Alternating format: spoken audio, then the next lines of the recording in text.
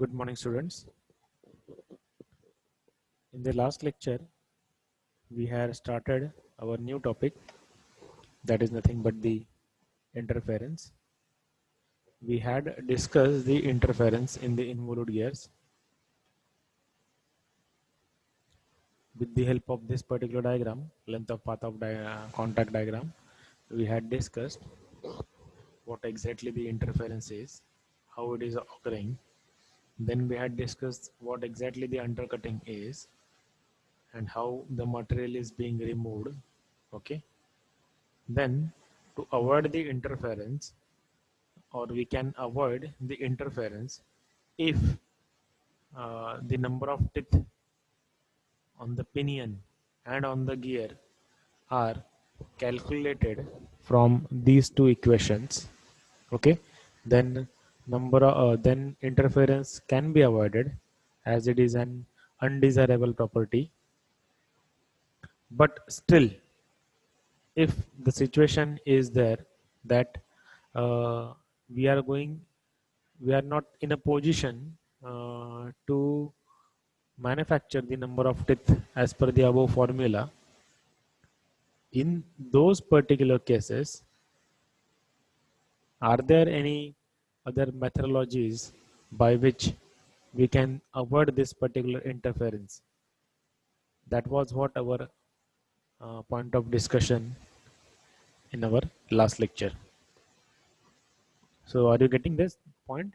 That in case if the situation demands, opinion and will may be required to be designed with the number of teeth less than the minimum number of teeth calculated from the above equation, then interference is going to be occurred.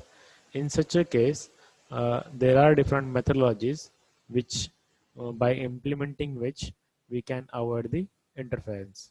So, out of which, one methodology we had discussed that to avoid the interference, the portion of the flank of the pinion tooth which lies below the base circle and the portion of the face of the will tooth which engages with the pinion is made cycloidal instead of involute shape. Means whatever portion which is going to be contact with each other are to be manufactured with the same profile. From this diagram you can guess that particular thing. If we are going to manufacture this portion with the involute and it is going to met with this particular portion, so this and this portion, so these two portions will be involute only. If it is cycloidal one, then this has to be cycloidal one. Are you getting me? So matching profiles will have the matching profiles. Matching portion will have the matching profiles. That is what the first possible solution for the avoiding the interference is. Now we will see the second option how we can avoid the interference. Okay. So let's discuss that what is that particular second option which is available to avoid the interference. Now, modified addendum of the pinion and the will. If the length of path of contact KL, this length of path of contact KL is less than Mn, is less than Mn, then there is no interference. As all we had already discussed this part, KL has to be less than Mn, okay, to avoid the interference.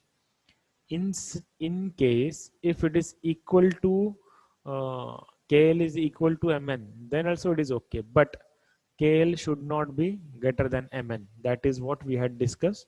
Okay, but in this particular case, if the length of path of contact KL is less than Mn, then there is no interference, we already know. But in case the length of path of contact KL is larger than Mn, so if KL is larger than Mn, the interference is going to be occurred. Okay, so by modifying the addenda of the pinion and will, we can eliminate the interference. Okay, in this method, it follows that there are no changes in the pitch circle diameter base circle diameter, pressure angle, and the center distance. However, in this method, the path of approach Kp is decreased and path of recess PL is increased. Are you getting me? So, if this addendum, now what is this addendum is? This particular portion. If this addendum is being increased, are you getting me? If it is being increased, then we can avoid the interference. So in this particular case, Kp will be kept as it is. We are going to keep Kp as it is. So that is what we are going to do. Are you getting me? We are not going to increase the Kp, but we will be increasing the PL. And by doing this, so we will be in a position to avoid the interference. Are you getting me? Let's read the statement again. If the length of path of contact KL is less than Mn, then there is no interference. That is what we already aware of. But in case the length of path of contact KL is larger than Mn, if KL is larger than Mn, then interference will be there. For sure, interference will be there. Okay. Now, in this particular case, by modifying the addenda of pinion and will, we can eliminate the interference. Okay. We will modify this particular addenda. Okay, and we can eliminate the interference. In this method, if it follows that there are no chances or there are no changes in the pitch circle diameter, base circle diameter, pressure angle, and the center distance of the both the gears. And however, in this particular method, path of approach Kp path of approach Kp is decreased and the path of recess PL is increased. So we are going to decrease the Kp and we are going to increase the PL. And by doing this particular thing, we can increase the or we can reduce the interference. We can increase the possibility of less interference or no interference. Okay, that is what the second methodology of avoiding the interference is. Okay, now we will see the next methodology. Okay, what exactly is there? Modified center distance between the pinion and the well. Okay, right now the center to center distance is O1 to O2, isn't it? O1P and PO2. So that is what is the center to center distance. Its standard center distance. Okay, if the center distance is increased over its standard center distance, then pressure angle phi is going to increase. It allows the path of contact KL not to extend beyond the new interference point, thereby avoiding the interference. So if within allowable limit, if we are going to increase the center distance, it is going to increase the pressure angle, certainly, and it allows path of contact KL not to extend beyond the new interference point. So by doing this particular thing, we can avoid the interference. What will be the effect of the center distance variation on the velocity ratio? That is what we will see. If omega 1 upon omega 2 is the original velocity ratio and omega 1 upon omega 2 dash is what is the velocity ratio after the increasing the center distance. Are you getting me? So OP2 upon OP1 O1P, that is what is the previous velocity ratio, and next velocity ratio will be O2P dash upon O1P dash. So only O1 distance we had varied and it is remaining as a constant. So it is proved that if we change the center distance within the limits of involute gears, it will not affect the velocity ratio. So it is not going to affect the velocity ratio. However, the pressure angle increased from phi to phi dash. But pressure angle is going to be increased certainly. So in case of cycloidal gearing, the pitch circle must be tangent to each other. The pitch circle must be tangent to each other in order to satisfy the law of gearing, isn't it? That is, the center distance between two gears must be maintained constant, otherwise it will affect the velocity ratio, isn't it? And this is disadvantage of an cycloidal gear. Are you getting me? So this is what is about the what we can say methodology to avoid the interference. Now next topic is falling, but that we will see in the next lecture. But before concluding, this is an important topic. Are you getting me?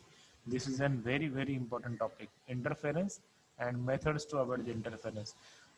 There will be questions, lot many questions in the examinations as well as in the orals. So we need to revise this, isn't it? So what exactly interference is? Whenever we had having any contact, both gears are having any contact. In this particular diagram, we are going to discuss this. If this gear 1, which is nothing but the pinion, and gear 2, which is nothing but the wheel, are in contact at particular point K and at particular point L.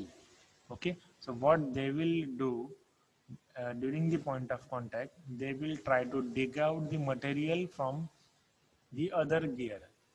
Okay, or they will try to penetrate, they will try to interfere in the other's material. So during this interference or during this penetration, they will try to dig out the material. Okay, and this is what will affect the gear life and the power transmission life, isn't it?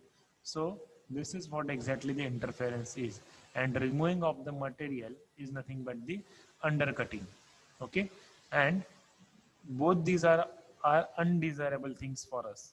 So what we can do, we need to avoid these particular things, okay, while designing the gears. So how we can avoid this? By we can avoid these particular things by implementing the different methodologies, out of which first methodology is we need to calculate the number of teeth on the wheel and number of teeth on the pinion by these particular formulas. Okay, so by these formulas we will get the minimum number of teeth on the pinion and minimum number of teeth on the wheel. If we manufacture both gear pairs by these formulas, then there will be definitely no interference will be there. But there are certain cases in which we can't manufacture the number of teeth as per these formulas. So in those case, interference will be there. Are you getting me? So to avoid those interference in these particular cases, very first case is whatever is the matching profile, that matching profile needs to be manufactured with the same profile. So here involute, upper portion involute, lower portion involute, upper portion cycloidal, lower portion cycloidal. So like this we can manufacture the different profiles, isn't it? This is the one way by which we can modify the, or by which we can reduce the interference. Second method is by modifying the addendum of an pinion or of an wheel. If we modify the addendum and if we reduce the dedendum, then certainly this uh, interference is going to be reduced. Then next method was by modifying the center to center distance, we can avoid the interference. The center distance can be modified, but up to certain limit only we can modify the center distance. Okay, so these are nothing but the methodologies by which we can avoid the interference. I hope you are all understanding what exactly this interference is. Okay, so we will conclude our lecture up till now. Okay, and we will continue the next part in the next lecture. But from in this particular lecture, I want to appeal that uh, I want feedback from you people. If you are really liking this particular video, press the like button. If you are, if you have any kind of suggestions to me for improving these particular lectures, then please let me know. Okay. Thank you. Thank you so much. All the best.